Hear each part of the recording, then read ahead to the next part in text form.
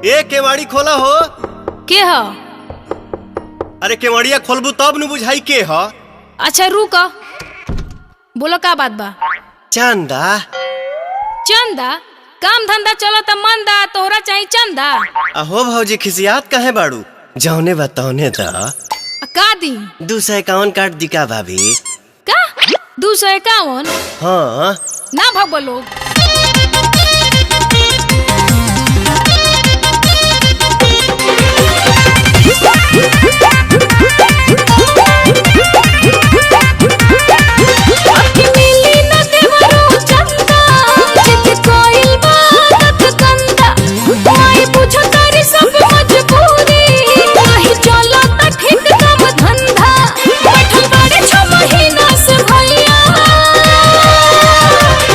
अच्छा जाए तो हाला ना करे के। हम बुझा तानी की कमाई नइखे भइल, लेकिन का करबू भौजी, पूजावा त करही के न पड़ी। जौने बताओने द।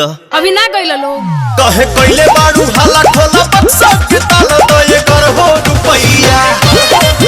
अभी जतने ले चूरी पूजा कोई बा जरूरी द ये करहो रुपैया। ऐसे ना नु लौटावे के चाही खाली, कुछ हो त द। अच्छा रुक, उपाय लगाओ तनी।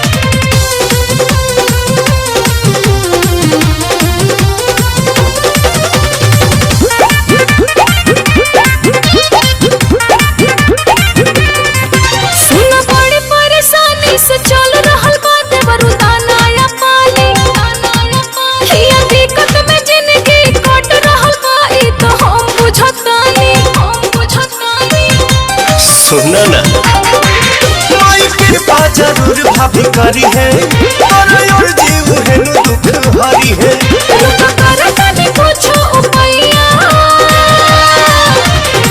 हई देखो ना, दीपक वो भौजी 5 रुपया दे लिहा, तू कुछ बढ़ा के दे दो। अच्छा कहे कोइले बाड़ू हाला खोला बक्सा के ताला दो ये करहो रुपैया। भाभी जतने ले चूरी पूजा कोई बा जरूरी दो ये करहो रुपैया। ए भौजी, देवी माई नाराज हो जाइए।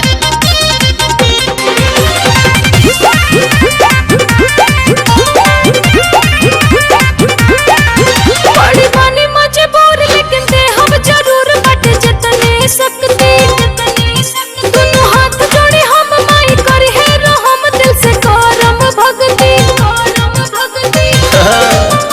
अब बुझलू तो श्रद्धा मन में जवन हो, चंदा मांगे आइल बाप मन हो। बचनी सबके सहाय होई है मैया। जरूर कृपा हुई हो। हाँ तब 9 दिन माई के पूजा पाठ करीला, कलसा धरीला, भूखिला, तब माई के नु सहारा बा। कहे कोइले बाड़ू हाला खोला बक्सा के ताला दो ये करहो रुपैया। अभी जतने ले चूरी पूजा कोई बा जरूरी दो ये करहो रुपैया। अब का 11 रुपया दिया है, लो 101 रुपया चढ़ा दिया पंडाल में हमरा ओरी से। जय माता।